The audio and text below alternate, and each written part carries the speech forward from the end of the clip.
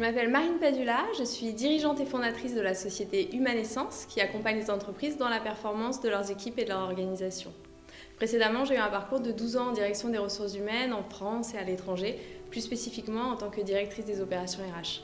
Je suis psychologue du travail, coach, certifiée PMP et également, pour mon plus grand plaisir, directrice adjointe du PMI Pôle Lyon.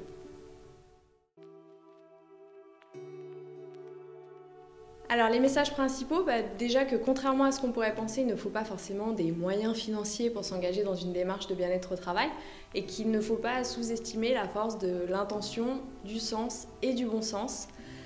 Qu'il n'y a pas une action magique mais une multitude d'actions, grandes et petites, qui mises bout à bout en font la solution pour votre équipe, votre organisation. Ce qui veut aussi dire qu'en soi, il n'y a pas finalement d'action qui soit duplicable, de démarche qui soit duplicable. Si ça a marché à un endroit, ça ne veut pas forcément dire que ça marchera à un autre endroit, puisque vos équipes sont fondamentalement uniques, leurs besoins, y compris sur cette thématique, le sont tout autant. Et enfin, et c'est le dernier point, mais le plus important pour moi, que nous sommes tous co-responsables de notre réalité, qu'elle soit professionnelle ou non d'ailleurs. Il est vrai que le manager est en première ligne, il est vrai qu'il est important qu'il soit sensibilisé à cette approche, dirons-nous, positive de ses équipes, mais tout ne doit pas reposer sur ses épaules. Déjà, simplement parce qu'il est inférieur en nombre, mais aussi parce que personne, mieux que vous-même, ne sait ce qui est bon pour vous. Alors, le prérequis essentiel, je dirais que c'est de s'assurer de partir d'une base saine. C'est-à-dire qu'avant toute démarche de bien-être au travail, il faut avoir éliminé les causes de souffrance au travail.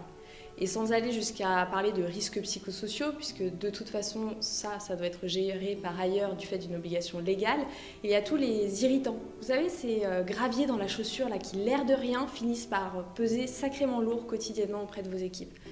Du coup, en amont de toute démarche de qualité de vie au travail, je vous invite à prendre le temps de rebalayer l'ensemble du parcours salarié, c'est-à-dire de son arrivée sur le parking le matin à son départ le soir, en passant par les vestiaires, le lieu de déjeuner, les sanitaires, etc.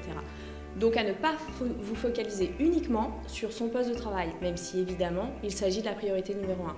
L'idée, c'est d'avoir une approche systémique des conditions de travail de vos équipes qui prennent en compte bien entendu les nuisances matérielles, mais également sonores, olfactives, etc.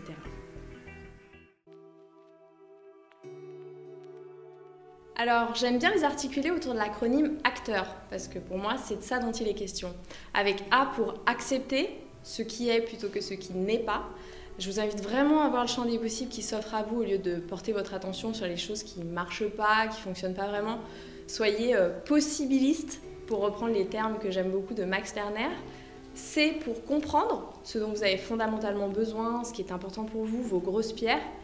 T en référence à la technique des petits pas. Gardez vraiment à l'esprit qu'il n'y a pas de petites contributions dès lors que nous sommes 5, 10, 20, voire plus à les faire.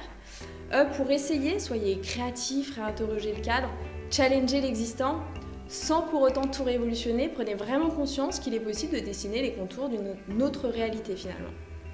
U pour unissez vos forces, jouez collectif, rappelez-vous, seul on va plus vite, ensemble on va plus loin.